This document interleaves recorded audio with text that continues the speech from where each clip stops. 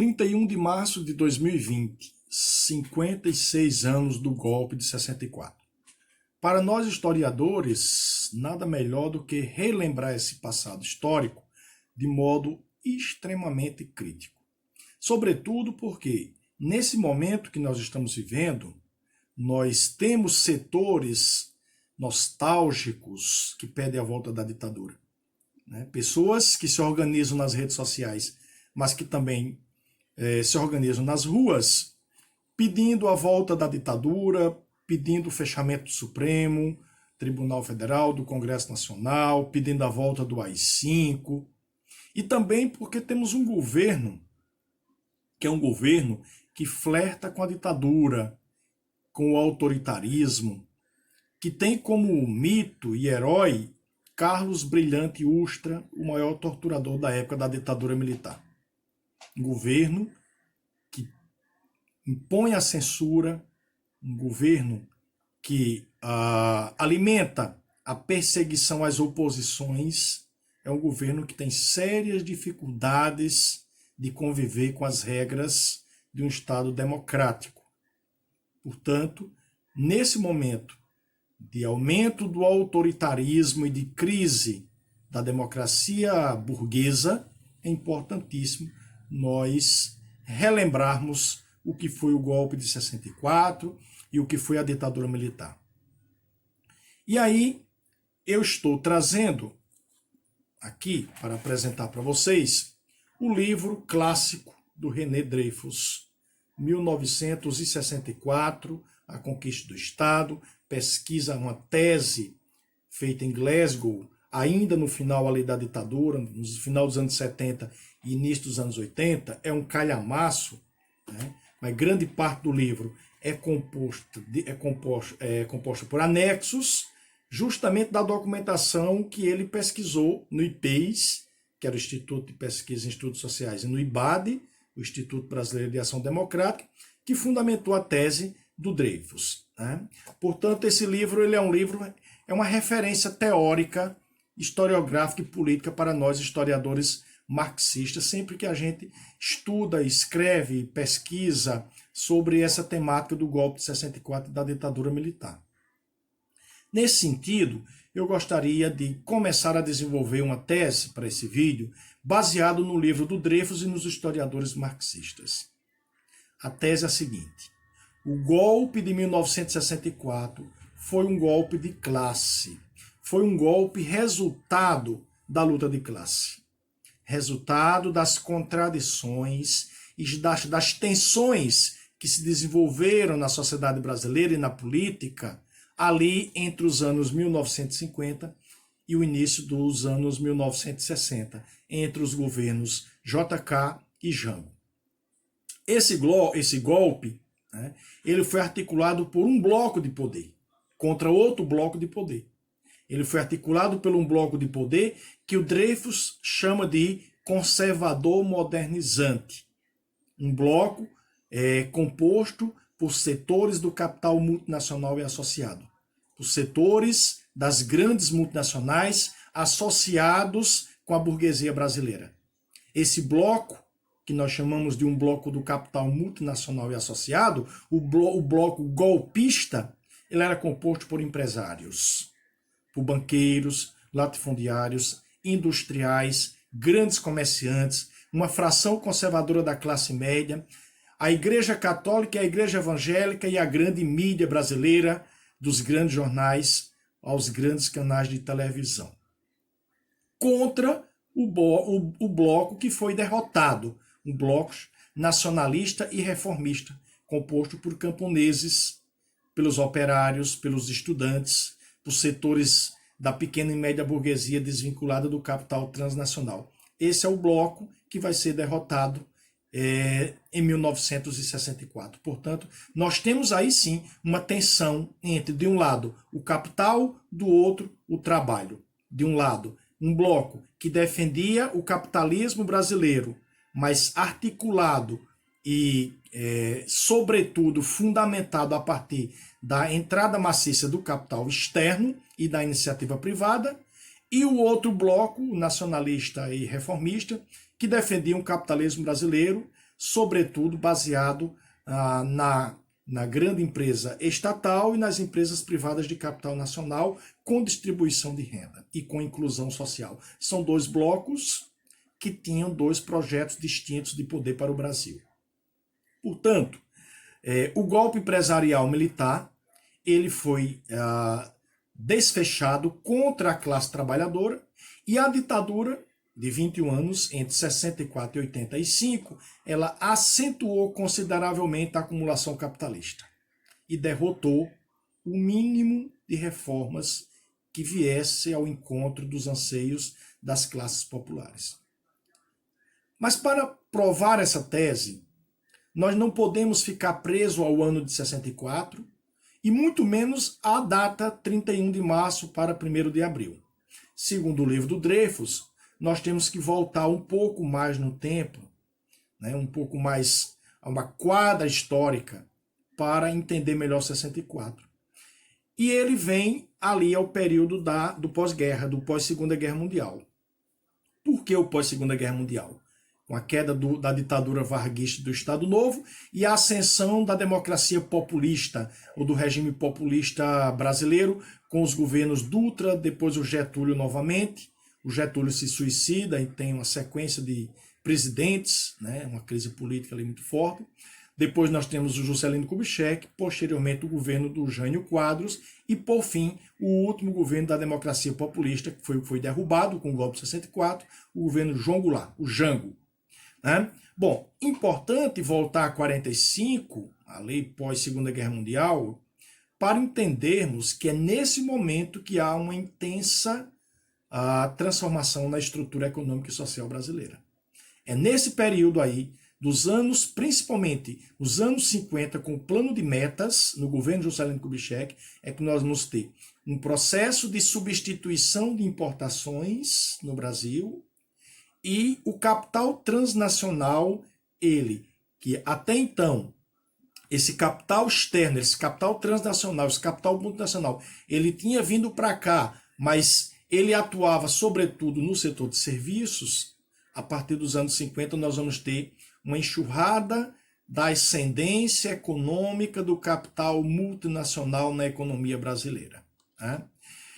Por exemplo, o Dreyfus traz uns dados que no final dos anos 50 e início dos anos 60, 78% dos grupos multibilionários, os grupos internacionais, eles tinham atividade na indústria brasileira. Por exemplo, a hegemonia dos Estados Unidos na indústria de automotores, a General Motors, a Ford, Caterpillar, seguido pela Alemanha e Grã-Bretanha. Na indústria de aço e metal, a hegemonia aqui era da Bélgica, seguido pelo Japão e depois os Estados Unidos. A Gillette é um dos exemplos. Setor de mineração e petróleo, a hegemonia dos Estados Unidos, até Chaco, Aesso, né? Seguido por interesses britânicos e italianos. Cimento e vidro era hegemonizado pelo capital francês, seguido pelos Estados Unidos e Suíça. Produtos químicos, farmacêuticos e plásticos, 40% desse capital provinha dos Estados Unidos. A Kodak, na indústria fotográfica, é um exemplo disso. Produtos de alimentos, a hegemonia era britânica, seguida pelos Estados Unidos e Argentina. Indústria da borracha, madeira e couro, 50% era controlada pelos Estados Unidos. Exemplo aí a Firestone, a Goodyear, né? Seguida por Itália e Grã-Bretanha. E o setor bancário, financeiro, banqueiros estadunidenses, seguido por Canadá, banqueiros ingleses, franceses e alemães. Né? Portanto, por que é importante partir desse pressuposto? Porque nós vamos ter uma ascendência econômica do capital multinacional penetrando na economia brasileira e transformando essa estrutura brasileira, essa estrutura econômico-social, porque a partir dos anos 50 para os anos 60, enfim, o Brasil vai se industrializando, mas cada vez mais com o peso do capital externo. Bom, disso resulta a seguinte conclusão. No final dos anos 50 para o início dos anos 60, havia um peso econômico de interesses multinacionais na economia brasileira. E isso vai se tornar um fator político central na década de 50. com o imperialismo das grandes potências, né, sendo os Estados Unidos uma das maiores, impulsionando e desenvolvendo capacidades de influenciar as diretrizes políticas dos governos brasileiros. Né? Não podemos esquecer disso. E aí vem a crise é profunda ali entre 60 e 64. 1960, a eleição do Jânio Quadros, para esse bloco multinacional e associado, esse bloco da grande burguesia, foi uma eleição importante porque ele era um quadro da UDN, e a UDN era um dos partidos conservador. Né? Entretanto, o Jânio Quadros renuncia a menos de um ano de governo, e aí vem o X do problema. O X era o seguinte: esses interesses multinacionais associados com empresas brasileiras, eles viam a democracia como um regime político aberto a pressões. A democracia, mesmo sendo a democracia burguesa, ela seria um regime político aberto às lutas, aos conflitos, às pressões, principalmente pressões vindo de baixo, pressão de setores populares. Os governos tinham que conciliar interesses, tanto com a classe dominante, mas também fazer concessões aos setores médios e aos trabalhadores. Então, nesse momento, o grande bloco multinacional e associado começou a ver a democracia com desconfiança. A democracia como um regime político que tendia a ceder a pressões, a conciliações com os de baixo, e aos poucos eles foram minando. Não foi só a derrubada do Jango, foi a derrubada de a substituição de um regime político de dominação burguesa por outro, de um regime político da democracia populista por uma ditadura empresarial militar. Né? Portanto, essa crise aí nós temos: o Jânio Quadros renuncia, o vice era o João Goulart. Naquela época a eleição ela não era feita automaticamente, quando você votava no presidente, votava no vice. Né? Portanto, se elegeu em 60 um presidente da UDN e o vice era do PTB. Um afilhado político, uma cria política do trabalhismo getulista, né? O João Goulart, que tinha sido ministro do Trabalho de Getúlio, e em 1º de maio de 54 tinha concedido um aumento de 100% no salário mínimo. Portanto, e estava na China em 1960, quando teve a renúncia do Jânio. E a China era um país comunista. Portanto, esse bloco multinacional e associado começa a ver com sérias preocupações, claro que o grande comando das Forças Armadas também, começou a ver com sérias preocupações a posse do Jango e um governo que ele chamava de comunista. E aí, esse bloco de poder quis impedir a posse do Jango. Lá no Rio Grande do Sul, Leonel Brizola articulou a campanha da legalidade, defendendo a posse do Jango, a legitimidade, a legalidade, a constitucionalidade. Né? Mas a saída foi por cima, foi uma costura política organizada sobretudo por Tancredo Neves em torno do PSD, e a saída foi: o Jango tomou posse, mas sob o parlamentarismo e não o presidencialismo, quer dizer, um presidente sem poderes, né? Porque o poder ficava mais concentrado nas mãos do primeiro-ministro. Essa foi a saída conciliatória para aquela primeira crise ali de 1960. Agora, tinha que se conviver com um executivo, o janguista, que tentou fazer conciliação de classe, que tentou atender os interesses do grande capital e dos setores dos trabalhadores, a quem ele tinha que dar respostas também. Né? Mas essa conciliação ela teve limites.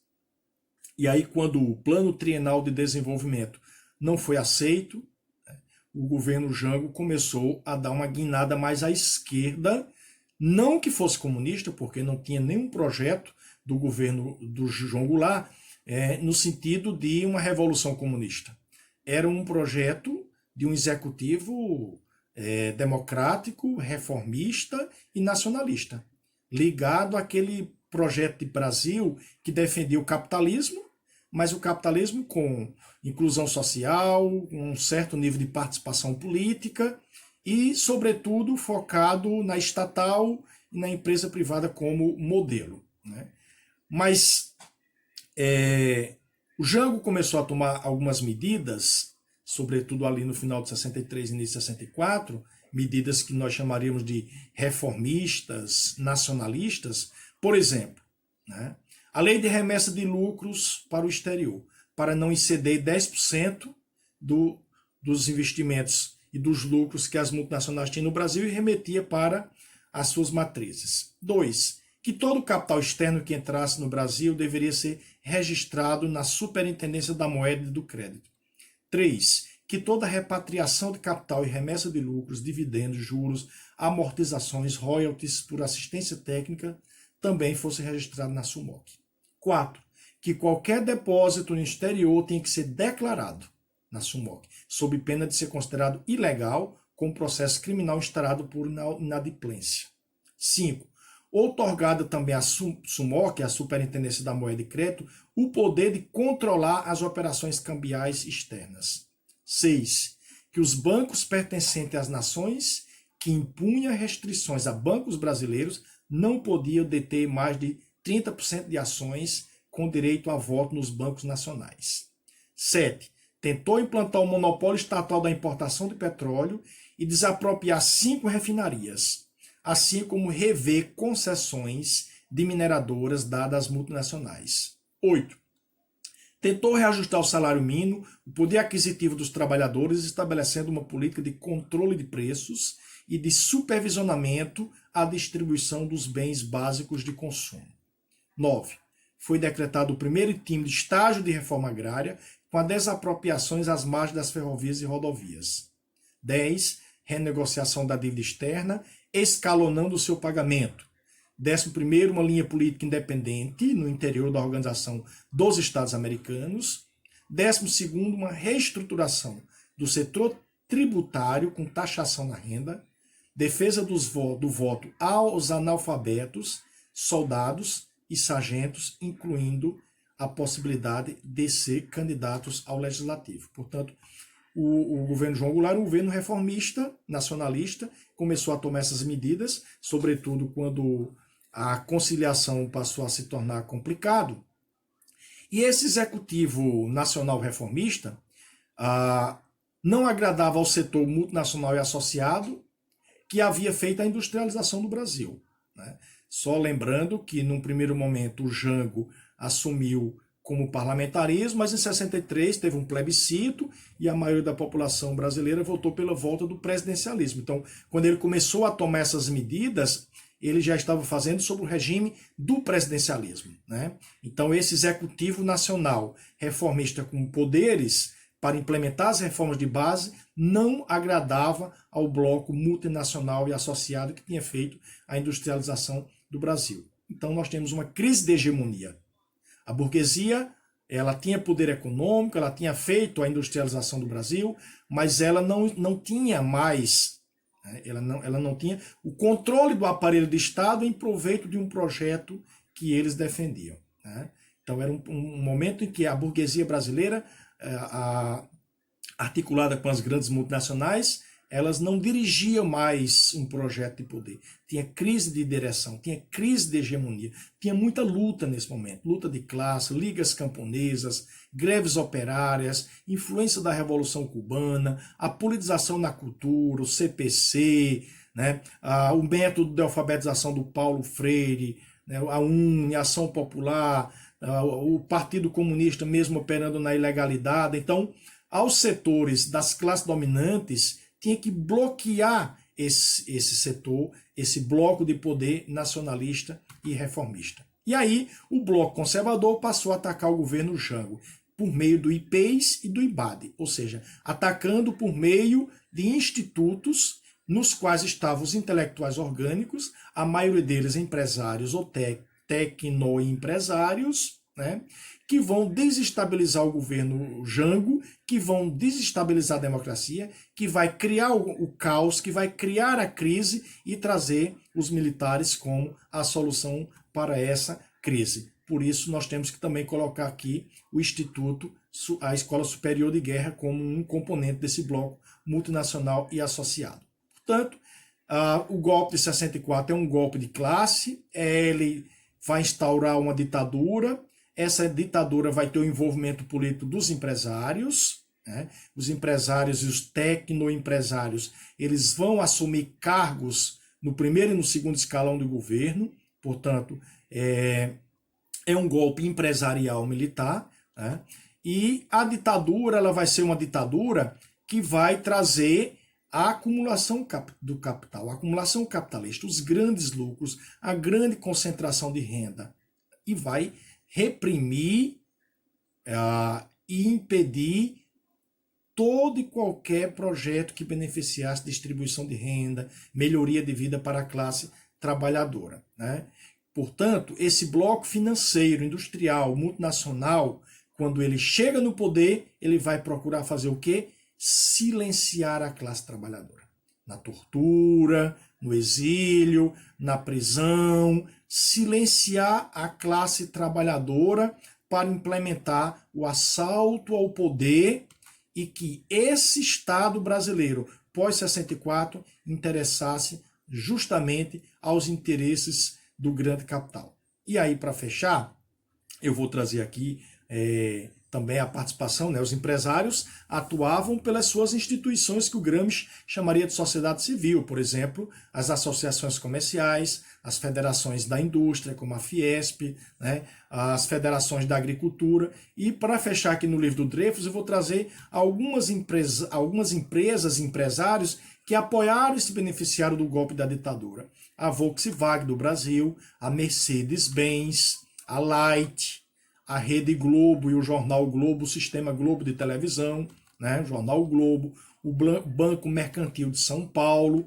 a Esso, a Rockefeller, o Banco do Nordeste, Itaú, a Philips, a Ultragás, a Mesbla, a Scania, a Pirelli, a Finasa, que hoje é o Bradesco, a Rede Record, a TV Paulista, Arno, Scania, né? Então, todos esses aí, a Antártica, que hoje é a Ambev, né, a cerveja Antártica, a revista Cruzeiro, a Rádio Tupi, o Banco Votorantim, os diários associados do paraibano Assis Chateaubriand, né, a Ford, a Souza Cruz, a Telefunken, todos esses empresários e essas empresas são apenas algumas do que o René Dreyfus traz aí no seu livro. Portanto, o golpe de 64 e a ditadura foi para beneficiar o projeto da classe dominante, da grande burguesia, do grande capital, contra os trabalhadores, principalmente